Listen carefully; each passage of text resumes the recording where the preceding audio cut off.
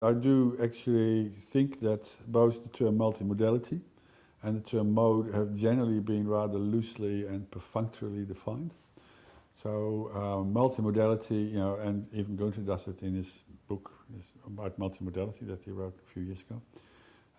And I've said that very often too, saying multimodality is just the phenomenon that it's not actually a discipline as such, it's the phenomenon that that communication uses different, well, just for the sake of ease, let's use means of expression simultaneously. But that is actually not completely satisfactory, because since we have these other terms like intermediality and multisensoriality, we have to admit that the word mode sits in multimodality rather than the word sense or medium, you know, and that is a choice, you know, and that requires us to know what a mode is. Now then you move from multimodality, then you think there is actually some disciplinary position in the term that already indicates that we are coming, you know, from language semiotic sort of area in all its broadness. So then you got to go to mode, and then you have a similar problem, which is really urgent now to theorize about, because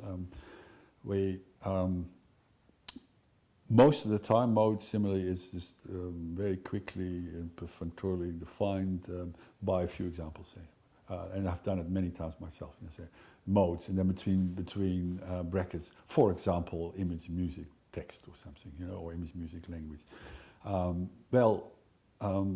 That is now becoming far more complex, you know. Okay, but maybe, yeah, I should maybe say that first. It's becoming far more complex once you are, because these are things, you know, that belong to the era in which we could happily conceive of these modes being both, despite multimodality, of them being able to exist separately as well as in combination.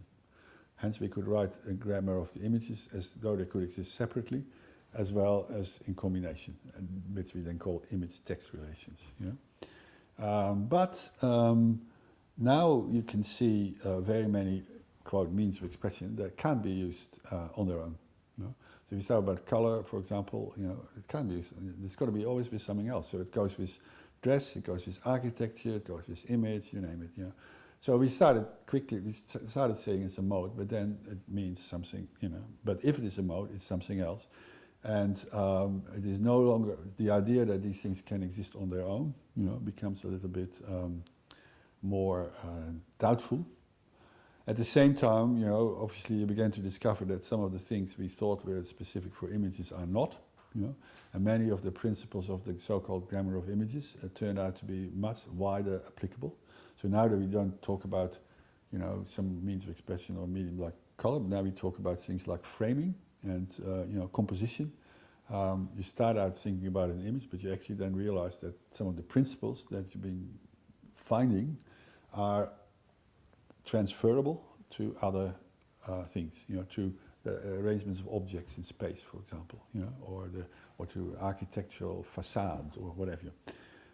Same as framing, you know, it's a fundamental concept that so we're now looking not at modes separate, we're looking at things that, you know, semiotic principles, resources, ways of doing things that cross what we used to call modes. So if we call those modes, what do we call the other thing? You know, we have actually gotten at a little bit of a problem there that needs to be resolved, and I haven't got the, you know, we need some symposia and we need to sort of knot that out a little bit more fully.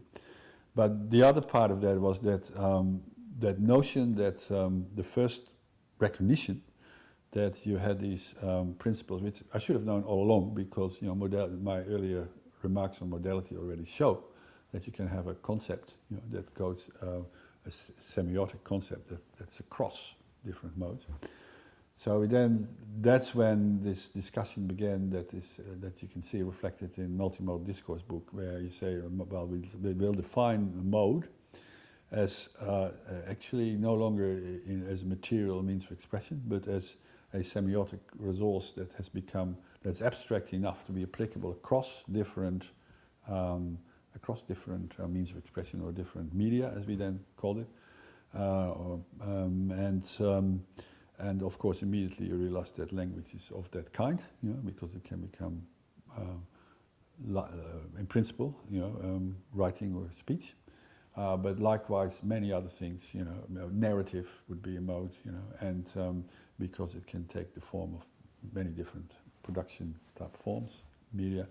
So that was a step, but whether it still begs various questions, that haven't been completely resolved. And it also, there is also a dimension in it of history, because perhaps up to a point the old style where modes were separate was, even though it's true that there's always multimodality, in another way it is also true that we believed that these things could be separately, and our practices often worked that way.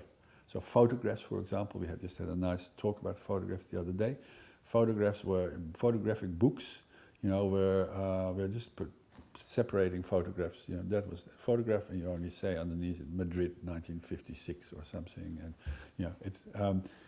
and pictures are hung on a wall, maybe, etc. Right now, that is increasingly less the case. Photographs are part of something else. They're background, they're a little thumbnail, almost like a medieval, sort of initial, in a manuscript. They are becoming part of something else. The separateness is changing in practice, and therefore our theories have to adapt to that. That is, so Ron Barth wasn't wrong when he just had image and caption. It was right. That's how it worked, and that's how it still works in newspapers, for example, as we reflected the other day with that talk on press photography. But right now things work in a different way, and of course new technology is a vital part of that, because it actually works like what I said. It works with principles, and it's agnostic as to what kind of, in the computer language, what kind of objects it works on. And the same principles can be applied regardless of whether it's text, image, or something, graphic design. You can do the same things with all these things. So you get so is that a mode, or what are we going to call that? That's what we have to reconfigure. We have these two elements, the semiotic principle of narrative or whatever that operates, and you have the things it operates on. What is it?